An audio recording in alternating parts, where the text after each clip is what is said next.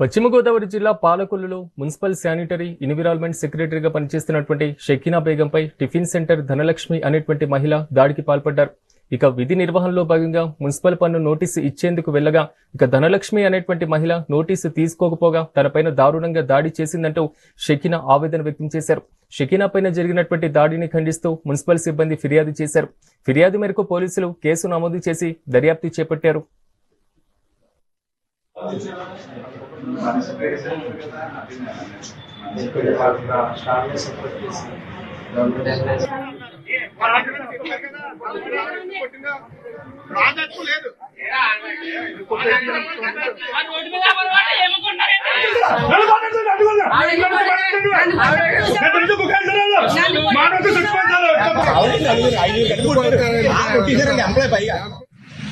ఒడిగట్టు పరిధిలో 4-5 వార్డులు శానిటేషన్ సెక్రటరీగా చేస్తున్నాను.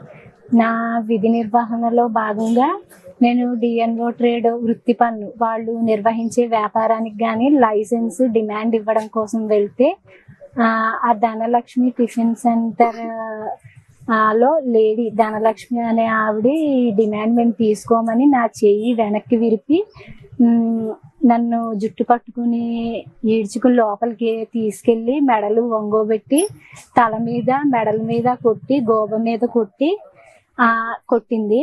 వాళ్ళ ఆయన గారు బయటకు తీసుకొచ్చి నన్ను రోడ్డు మీద లాగేసుకుని బయటికి తీసుకొచ్చి ఇంకా కొట్టు అని వాళ్ళ షాప్ లో 2 అబ్బాయిలు ఉన్నారు. వాళ్ళ అబ్బాయి సంథింగ్ ఇంకెవరో ఉన్నారు, ఇంకా కొట్టు అసలు మా షాప్కి రావాల్సిన అవసరం ఏంటి అని చెప్పేసి నన్ను చాలా దారుణంగా కొట్టారు. అప్పుడు కంట్లో కూడా కారం చేతులతో చట్నీ చేతులతో కంట్లో కొట్టడం వల్ల నాకు ఒక 10 నిమిషాల వరకు ఏమీ తెలియలేదు. ఆ 10 నిమిషాల తర్వాత అక్కడ ఉన్న వాళ్ళు మీ హయ్యర్ అథారిటీస్కి ఫోన్ చేయమని చెప్పగా నేను కమిషనర్ గారికి చేస్తే వెంటనే వాళ్ళు వచ్చి చెప్పినా కూడా ఆవిడ దారుణంగా మాట్లాడడం జరిగిందండి. నా పేరు షేక్ ఉమర్ అలీ షా అండి. నేను పశ్చిమ గోదావరి జిల్లా ఆంధ్రప్రదేశ్ ప్రభుత్వ ఉద్యోగుల సంఘం జిల్లా అసోసియేట్ ప్రెసిడెంట్ ని. ఈరోజు మన పాలకొల్లు వార్డు సచివాలయంలో పనిచేసే షేక్ షకీనా ఈవిడి వార్డు సెక్రటరీగా పనిచేస్తున్నారు, శానిటేషన్ సెక్రటరీగా. ఈ రోజు ఈవిడి తన విధుల్లో భాగంగా ఒక ట్రేడ్ లైసెన్స్ యొక్క బిల్లుని వసూలు చేయడానికి ఒక క్యాంటీన్ దగ్గరికి వెళ్ళడం జరిగింది. అయితే అది కట్టకపోగా ఆవిడ మీద భౌతికంగా దాడి అనేది చేయడం జరిగింది. ఈ భౌతిక దాడిని మేము మా అసోసియేషన్ తరఫున తీవ్రంగా ఖండిస్తున్నాం అండి. ఇప్పుడు గ్రామ వార్డు సచివాలయం ఉద్యోగస్తులకి ఎక్కడా కూడా రక్షణ లేకుండా పోతుంది. ముఖ్యంగా మహిళా సోదరులకి వాళ్ళు చేయాల్సిన నియమ నిబంధనలు 10 నుంచి 5 వరకు ఉన్నా సరే దానికి మించి వాళ్ళు టైంలో పనిచేస్తున్నారు.